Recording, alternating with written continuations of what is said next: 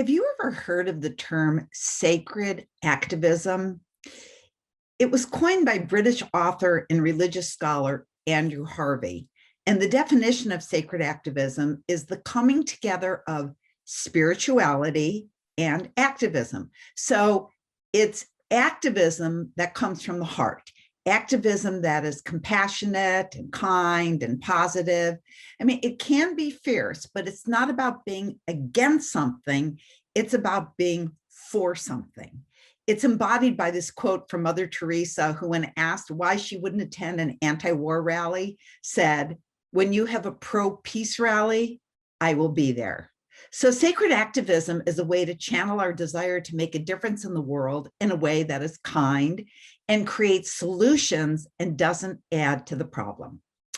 Hi, I'm Deborah Poneman, founder of Yes to Success, where we share knowledge and tools to create your ultimate life. So where do we start when we are feeling like nothing makes sense anymore in our world? Well, sacred activism is having a passion for justice, but not just talking to our friends about how bad things are or just, sitting around complaining. It's about taking action. Activism, it's about doing something, or as they say, putting your money where your mouth is. Didn't your mother say that to you?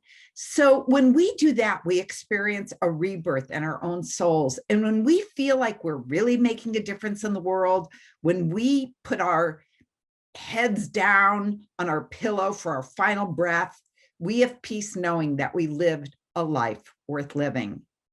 And many are waking up to the fact that injustice and racism and religious or cultural or lifestyle intolerance or things like climate change or inhumane immigration policies aren't just going to go away if we complain or shout at the TV.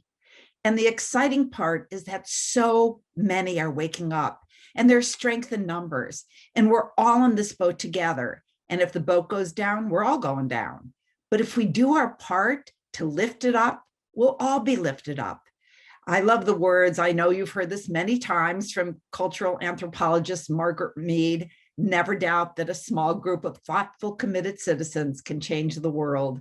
Indeed, it is the only thing that ever has. So would you like to be a part of that small group? What I recommend doing is doing something every day. Just stop talking and start doing. Stop being depressed and scared about what's going on and just slap yourself upside the head and say, snap out of it, do something.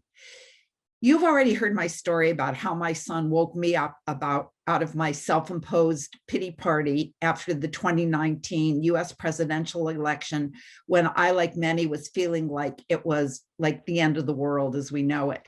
And I remember I was in the deepest of valleys and I didn't know how I was going to crawl out. I just really went to that place of despair, and I didn't even want to get out of bed in the morning. I wanted to pull the covers up over my head and thought maybe if I would go back to sleep and wake up again, that I would just realize that it all had been a bad dream, but it wasn't. And I don't remember a time in my life that I felt so helpless. But what pulled me out was a text from my son, who was living in New York making a movie. He had a nonprofit in Chicago that he'd put on hold, where he put on basketball showcases to generate college scholarships for kids on the south and west sides of Chicago.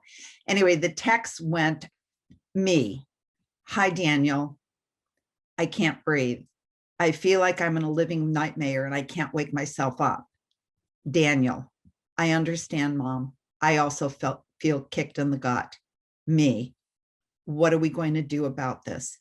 Daniel, I don't know what you're going to do, but I've decided I'm going to move back to Chicago. I'll give myself one more day to mourn, and then I'm going back and helping the kids in the hood who will need my help more now than ever. What we need to do, Mom, is to work even harder on a grassroots level and do our part. We need to do right by our people. Me. Thank you, Daniel. Daniel. And after you take a little bit more time to rage and to mourn, then do what you tell me to do. Find the good that's always there in everything that might not reveal itself right away. You just have to look for the silver lining, because what you put your attention on is what grows in your life. So do what you tell other people to do, Mom, because if you don't, that's when we really lose. So that was my text that kind of woke me up. So Daniel moved back to Chicago and he redoubled his effort putting on his basketball showcase. And as I've told you before, to date, he's generated over $50 million in college scholarships for these kids. So you have to start somewhere other than talking to your friends and cringing at the news and feeling helpless. Just find a way to use your God-given talents. Do you love children? Volunteer at an after-school program where you can help kids with their homework. Are you a visual artist?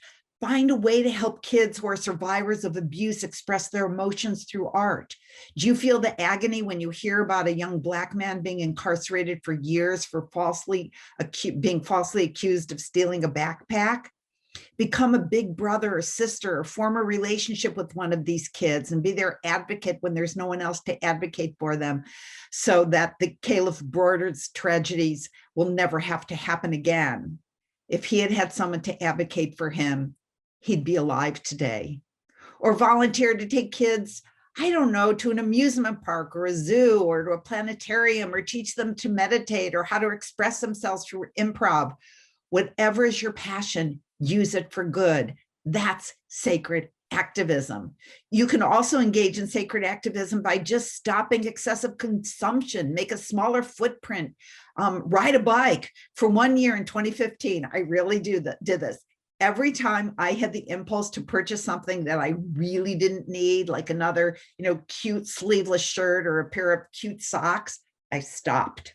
And I thought, I already have 100 pairs of cute socks. And I took that money and I donated it to a charity, and I ended up giving thousands away. And I was no worse for the wear. And when you do these things, you feel so good about yourself, and that joy radiates and you inspire others, and the ripple effect never ends. And I know that some of you are wanting to do something bigger, maybe even go down in history like a Nelson Mandela or Mahatma Gandhi or Martin Luther King or Susan B. Anthony. Actually, Susan B. Anthony, I love Susan B. Anthony. I love the story of her life. Do you know the whole story about this woman? She was born in 1820. Okay. And she was actually Quaker when she was born, but she left the Quaker church because of its restrictive lifestyle. Okay. 1820. But when she was only 17, she started collecting anti-slavery petitions. And at the age of 28, she started to organize around equal pay for equal work for women. That was like almost 200 years ago. Okay. And in 1948, she started, what else did she do after that? Oh, I know. In 1872, she was arrested for voting and convicted at trial of having voted. She was convicted for having voted, and she nonviolently refused to pay the fine. And then in 1878, a senator from California presented an amendment giving women the right to vote, known as the Susan B. Anthony Amendment, but it wasn't ratified for another 42 years. 1920, 14 years after her death, it became the 19th Amendment. Now, I know we'd like to do something really impactful and be a Susan B. Anthony or a Rosa Parks or a Colin Kaepernick or a John Lewis or Elizabeth Warren, but not everybody has the karma to go down in the history books. But it doesn't matter. In the Talmud, it says, whoever destroys a single life is considered by scripture to have destroyed the whole world. And whoever saves a single life is considered by scripture to have saved the whole world. So start with a single life. But one thing you can't do if you want to go down in the history books is sit and watch Netflix or scream at the TV during the news, or play it safe. My favorite quote actually from Susan B. Anthony goes like this. She said, cautious, careful people, always casting about to preserve their reputation and social standing, can never bring about reform. Those who are really in earnest must be willing to be anything or nothing in the world's estimation, and publicly and privately, in season and out, avow their sympathy with despised and persecuted ideas and their advocates, and bear the consequences.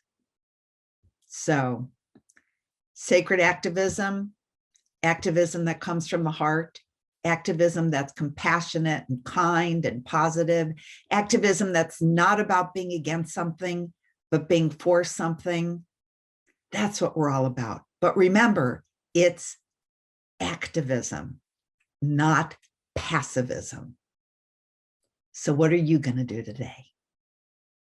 Just a question. Sending you love from my heart to yours.